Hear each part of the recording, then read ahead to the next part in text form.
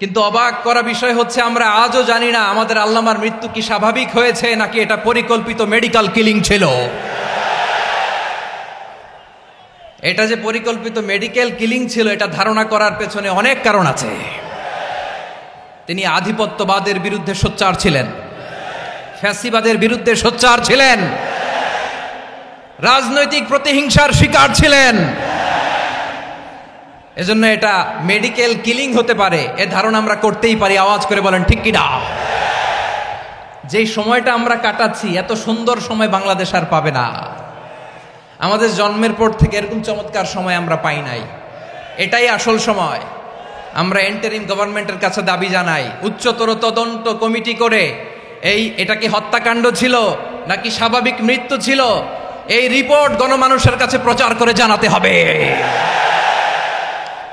এই দাবির সাথে কি সবাই আপনারা একমত? কারা কারা একমত হাত তুলে দেখান।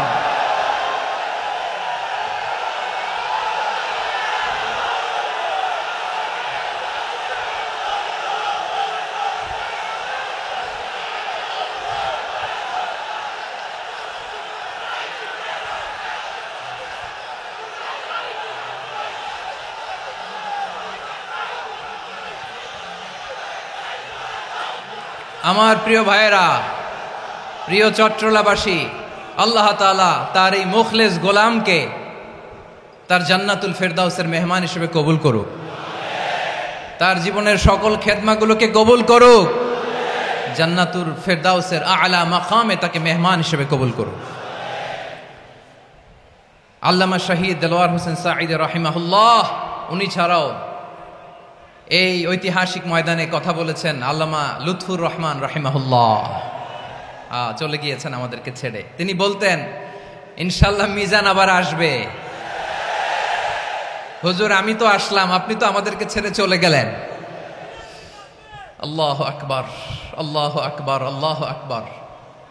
গলায় কোনো সুর ছিল না, সুর দিয়ে কথা বলতেন না, কিন্তু এত চমৎকার শব্দের বুনন, এত চমৎকার প্রেজেন্টেশন, এত চমৎকার ভাবে ঐতিহাসিক বর্ণনাগুলো তিনি উপস্থাপন করতেন। মন্ত্রমুগ্ধ হয়ে আমরা আল্লামা লুৎফুর রহমানের কথা শুনেছি। আমরা হযরতুল আল্লাহ লুৎফুর রহমান রাহিমাহুল্লাহর জন্য এই বিশাল ময়দান থেকে দোয়া করছি, আল্লাহ তাআলা তুমি তোমার এই খাদেমকে জান্নাতের মেহমান হিসেবে কবুল করে নাও।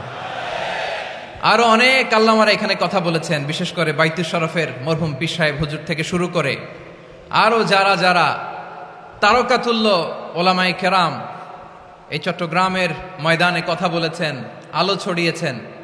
আমরা এই লক্ষ লক্ষ তাওহীদি জনতাকে নিয়ে তাদের জন্য দোয়া করছি, আল্লাহ তাআলা ওনাদের জীবনের সকল ভুল ত্রুটি ক্ষমা করে দিয়ে তাদেরকে জান্নাতুল ফেরদাউসের মেহমান বানিয়ে নিক।